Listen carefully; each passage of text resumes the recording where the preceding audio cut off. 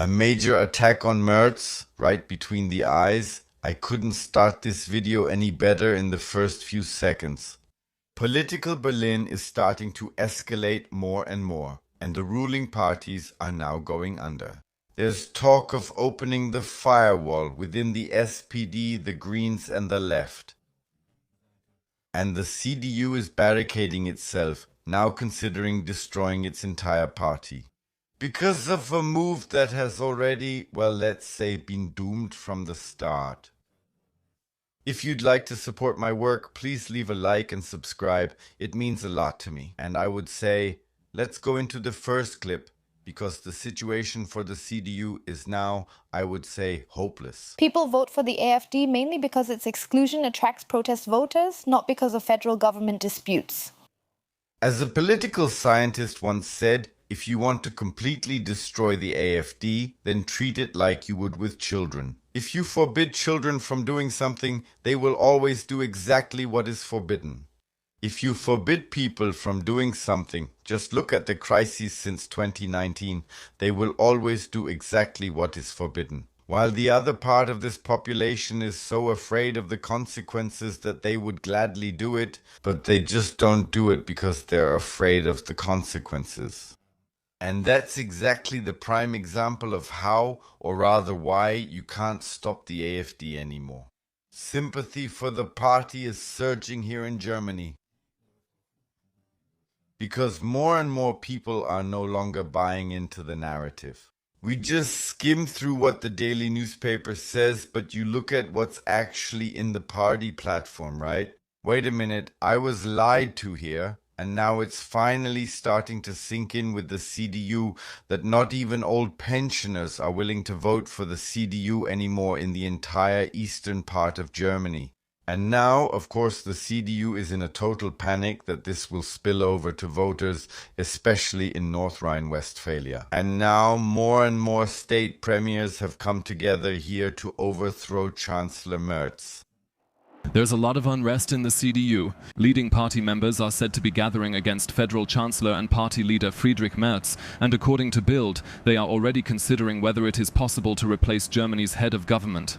Of course, I tapped into my sources again, and now you just have to let this sink in. Some state premiers and some high-ranking CDU members above all also no longer speak to me. I mean, I'm not talking about the state premiers anyway, but some high-ranking CDU members don't talk to me anymore because they're afraid that a lot of things will be leaked to the press. Not necessarily on my channel, you know that I always keep you pretty up to date there. It's still a case of one hand washing the other. But for the most part, that's how it is in the CDU. Everyone has effectively silenced themselves. Not because they think it's so great to just stay silent. And the votes that took place with Friedrich Merz or even with Markus Söder were made exactly like that. Because the press isn't supposed to find out about the unrest. And if there is unrest now, people lock themselves in rooms, face to face, one-on-one, and tell it to the people. There are now rumors going around in the CDU, you have to say it like that. Merz is open to the criticism against him and seems to take it to heart, but he doesn't let a single word get out. Because he's afraid it could be in Welt, Bild, or the Tagesschau tomorrow. That's how far the CDU has come. It is practically incapable of acting. And the reason the attack I talked to you about at the beginning, the one I mentioned at the beginning, well, that comes from the press. The press has managed to make the AfD strong and at the same time destroy the CDU to such an extent that the very foundations of this party are basically in ruins. Because no one is willing anymore to publicly criticize this chancellor. I don't need to explain to you what happens to a party like that. By the way, the Social Democrats, for example, in Denmark, were the first to talk to the right-wing populists, and as a result, they got a stable government. It feels like with the SPD and the Greens, at least on the lower levels, not the federal level, there have already been some openings towards the AfD, right? Yes. Also on the left. It all started with Mercosur in the European Council. Then there was another vote in the European Council. In some state parliaments, that's where the scandal happened. What they'd been trying to avoid happened 2 weeks ago. Within 1 week, the Greens failed twice to vote with the AfD in North Rhine-Westphalia. The second time, they stayed seated. But overall, or rather, one was in Saxony-Anhalt, so overall, the firewall is crumbling everywhere. Because you could just tell you can't govern this country with this firewall anymore. And if you still try to turn things around here in Germany, by the way, there will be no economic growth again this year, despite more working days. That means by the end of this year, we will really be in a depression. By the way, Hendrik West now wants to prevent us from really falling into a depression here. But at the latest, by the end of the year, they say, to get out of it again, we will need at least 10 years of strong economic output with extreme austerity measures. And they're already initiating those now. It's no longer about stopping the AfD. Now it's about preventing damage, of course, only to their own parties. The Greens, the Left, and the SPD have also realized that. While the SPD is opening up more and more to the AfD at the state level, the CDU is still pretty stubborn. But then this report comes out. Walk-in plans to reform long-term care insurance, raising contributions for people without children. How desperate do you have to be to even bring something like that up? Has anyone here ever thought about it?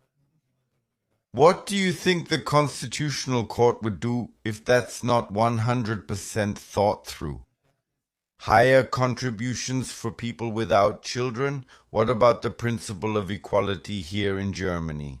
And what do you seriously think the left will do? And also the Greens and the SPD, yes, they definitely won't vote for it and they'll tear the whole thing apart.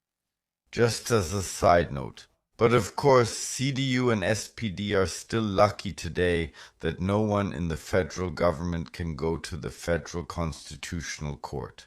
Why not? You can act illegally, act unconstitutionally. But there is no majority or minority that can take the whole thing to the Federal Constitutional Court. However, and the press hardly reports on this, there are already very, very many legal challenges now. But the Federal Constitutional Court here in Germany is so extremely overloaded that they can't deal with this federal government at the moment. They have much more urgent cases that they have to rule on at the moment. So also here, regarding the budget, when this government is done, at the latest after the legislative period, then the Federal Constitutional Court will take it up or around the end of this legislative period. But how desperate they are at the moment, you can already see from this move again. Okay, then simply those without children will have to shoulder more. While now, possibly, and I would have to look into that as well, family coverage might actually remain. And all of this is supposed to be passed in less than 30 days to provide relief. I'm curious how he's supposed to pull that off. If that doesn't work and the thing drags on over the summer break, by the way, 97 days of vacation a year. Every German will dream of that. Then Merz is history, according to the internal CDU, or according to the internal CDU uprising, because then he has basically lost the elections. Why? Either Merz leaves of his own accord or due to enormous pressure. Then the SPD would also have to agree to a new candidate. And this is exactly where the problem lies. Ideally, you would have to prepare this sometime during the summer break without saying anything. But the elections are only later. Why?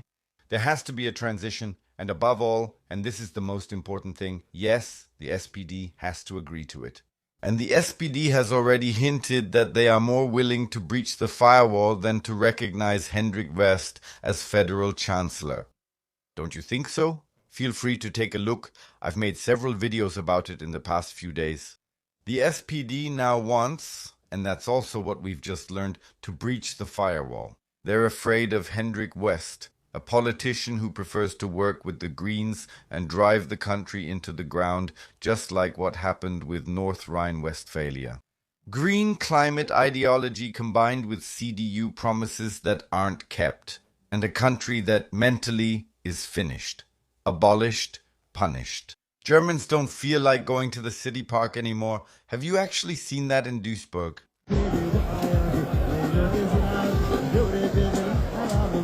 By the way, that's forbidden. That's Hendrik West's state. It's strictly forbidden to barbecue in the city park in Duisburg. Yes. But the police are powerless, and that's going to be our new chancellor. That's the man who wants to govern this country. He can't even manage to govern North Rhine-Westphalia. However, of course, these people who have nothing to expect from the police and put themselves above the police. Well, let's be completely honest here. Those are exactly the people who, for example, vote for the Greens anyway, or vote for the SPD, because they basically don't do anything about it. What will actually happen to our beautiful Germany if Hendrik West takes over as Chancellor now? Then soon we'll have scenes like this everywhere. I mean, then we really don't need to worry about climate ideology, do we? I think then no one will need to tell us anymore that we should only have a barbecue every 2 weeks, or that someday, oh, by the way, did you hear? In North Rhine-Westphalia, they're running out of water. That too, yeah. Bridges are collapsing. Hendrik West now takes a detour to work every morning, and so on. That's the right chancellor. And I don't think the SPD will go along with all of this. There are already others, by the way. As I explained yesterday, Boris Rhein has now also joined this coalition, and they want to overthrow this chancellor, so I don't forget him. And Kretschmann also said we have to overthrow this chancellor. Schulze thinks he would prefer to have that before the elections because I believe one of the established parties, I think made mistakes in dealing with the AfD. If there were to be a change of chancellor, it is completely unclear how such a step would be received by the public. Schulze expects that there will be so-called momentum again, because something has now changed and people will trust the CDU again. By the way, it was the same back then with Kiesinger, not Kissinger, don't get them confused, yes, but with Kiesinger it was the same. He also received a lot of early praise, but later he was gone as well. And yes, he even had 49% in the federal election. He was simply one of the most popular politicians, and he had a little more than 13%. And 18%, which is what Friedrich Merz has at the moment, even though he himself is more popular than Hendrik Wüst is today, we always have to take that into account. And that's simply part of the truth as well. However, he was then history because the FDP and SPD thought we can do it better. And then came, well, do you know who came after Kiesinger? And this is the strategy the CDU wants to try again now, maybe, possibly to save this country. And Schulze thinks it's best to do it during the summer break, then maybe he can still make a bit of a difference for the elections. And yes, I really have to say it like this, and almost a 20%, now I almost said it. How the polls look right now, and almost 20 deficit can simply be made up again because people then have confidence. Yes. That's how the CDU thinks. They don't live here in Germany anymore. They live on the moon. They live